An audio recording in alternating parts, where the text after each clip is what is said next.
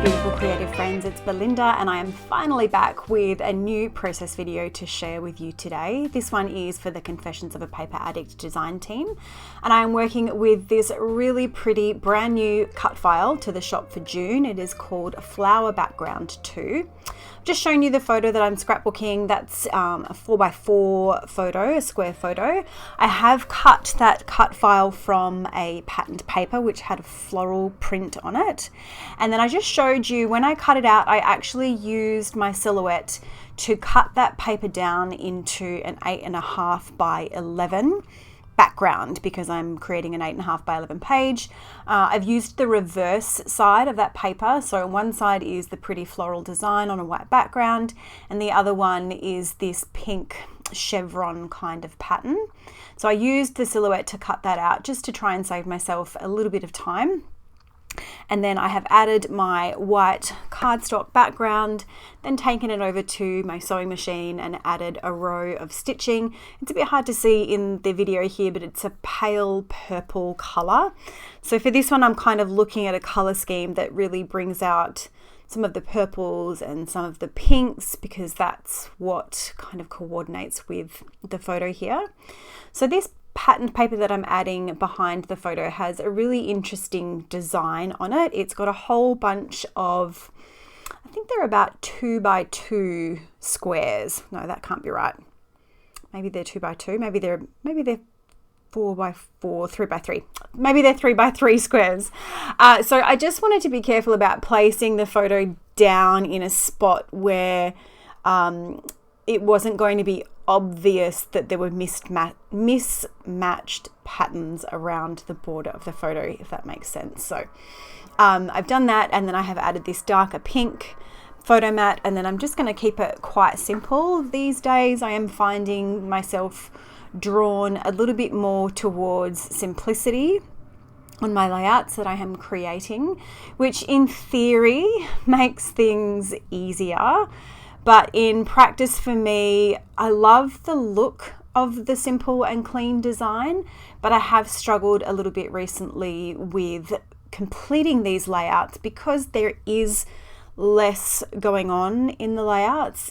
To me, it becomes more important to consider where things are going and what's actually being placed down on the page, more so than it would for a busier, more complex layout. So consequently, that means that things like this, which in reality turn out very simple, take me a little bit of time, and you can see my little hand going off to the side there, just trying to figure out what I wanted to do. So I decided that I would add some little splatters onto the bottom half of this page where the white space is. That's where my journaling is going to go. So I've used just a really pretty pink acrylic ink, and then I have added some water until I've got it to a nice sort of runny consistency, and I test it out by flicking the paintbrush onto that little glass plate that I'm using just to make sure that I've got the right consistency. It probably is still a little bit too thick, but I managed to get down some splatters that I'm happy with. I'm going to add most of them down into the bottom right hand side of the page, which is where you're going to see them in that white space, and then just a few more splatters up the top, which you'll see behind bits and pieces of the cut file once that goes down. So I pop that aside to dry, and then I'm ready to start assembling the actual layout. So to try and make it a little bit easier for myself, I'm just adding some wet adhesive just to a few different spots around the cut file where the photo is going to sit. I did also forget to mention the last layer that I added behind that photo was a pink vellum. I managed to pick up quite a few sheets of this 12x12 pink vellum from Spotlight on clearance. I haven't seen a lot of colored vellum around, so I think it was 50 cents per sheet I managed to get it for. So I stocked up. I got, I think, 10 or 15 sheets of it, which should do me for a little while, because I do love adding those subtle layers behind elements on my pages. Then I'm going to bring the whole cut file up onto, I'm going to lift it all up from the back of the page, but I didn't want to add foam because that was going to be a little bit too thick. So I grabbed a piece of chipboard, I've just trimmed it down so it sits inside the photo, and then I have adhered that onto the back of the cut file. And because I didn't add a whole lot of adhesive between the cut file and the photo, when it's on that chipboard piece, it's going to help adhere the whole thing down a little bit better again, if that makes sense. I had to go off camera then because I was having a heck of a time with my glue bottle, so switched off the camera, did the gluing, and then I have come and I have adhered that down.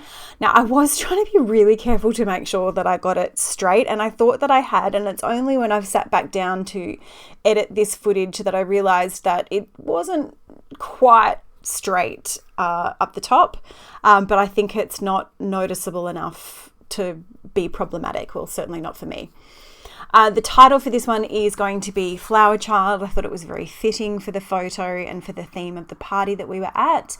And for this one, I used an alpha dye from Pinkfresh Studio, and then one of the Project Life or Pocket Life, I think, kit papers. This is a Hip Kit Club collection from earlier this year that I'm using on this layout.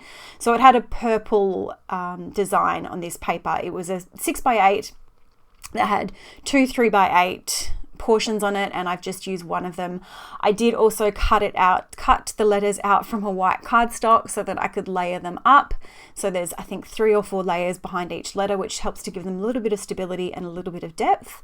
And then to try and get these nice and straight and evenly spaced when I lay them down, you will see that I have just placed them onto my mat using the grid as a guide. Then I've put some washi tape over the top and picked the whole lot up, added some wet adhesive behind each of the letters, and then used that washi to help me lay them down. And I did just eyeball it to try and make sure that it was straight and that it was centered. And once I got the child word down, I also brought in my ruler and just double checked that it was straight-ish and centered-ish.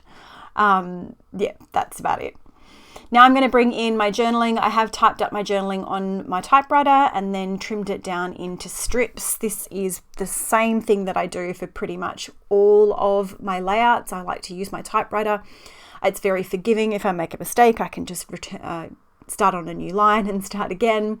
And I like the font that my typewriter has. It's quite small, the ink's not too dark, it just goes really well with pretty much any layout that I'm creating, so that tends to be what I use. And I used my ruler when I was laying that first strip down, again just to make sure that it was straight and relatively centered.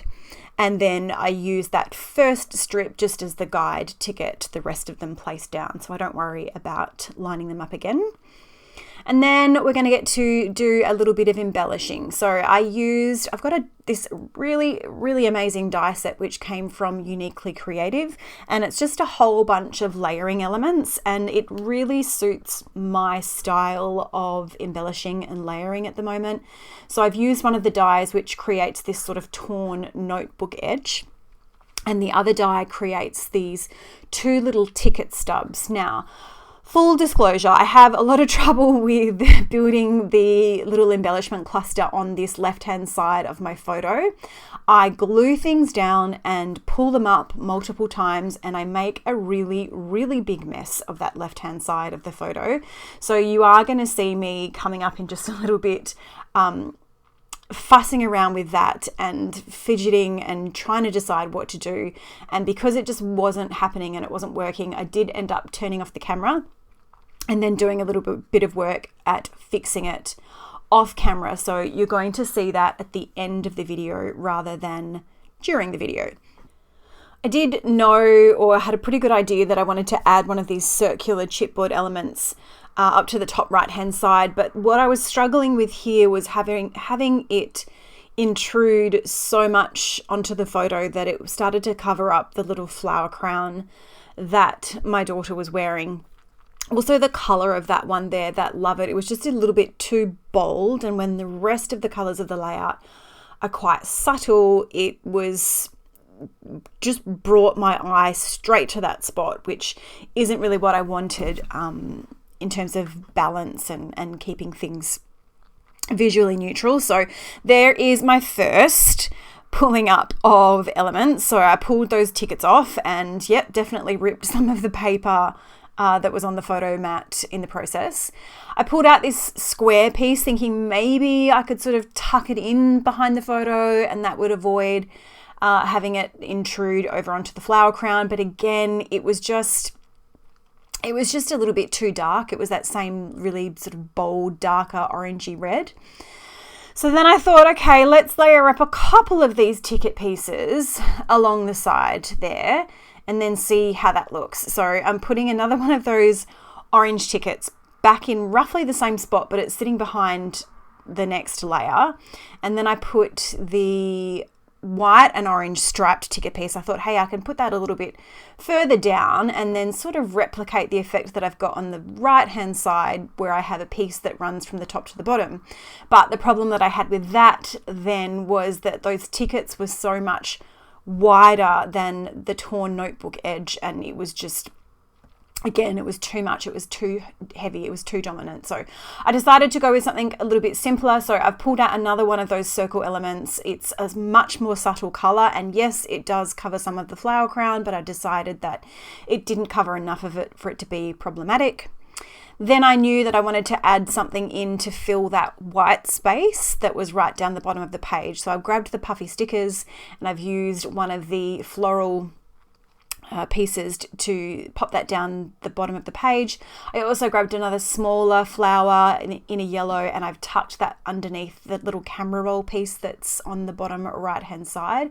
I toyed with the idea of adding something else to cover up that little boo-boo there, but again, it just intruded a little bit too much on the photo. So what you're going to see here for the next minute or so is just a whole lot of indecision on my part before I decide to turn the camera off, and then you will see in the close-up photos coming up in just a moment how I decided to finish that off camera with just some extra layering and then just accepting that there were some little visible boo-boos on the layout, which no one's ever really going to notice. So I'm going to leave it there for now. I do hope that you've enjoyed this video. If you have, I'd love for you to go ahead and leave me a comment or give me a thumbs up. And if you're not already subscribed, I would love for you to hit that subscribe button and join me on all of my upcoming paper crafting adventures.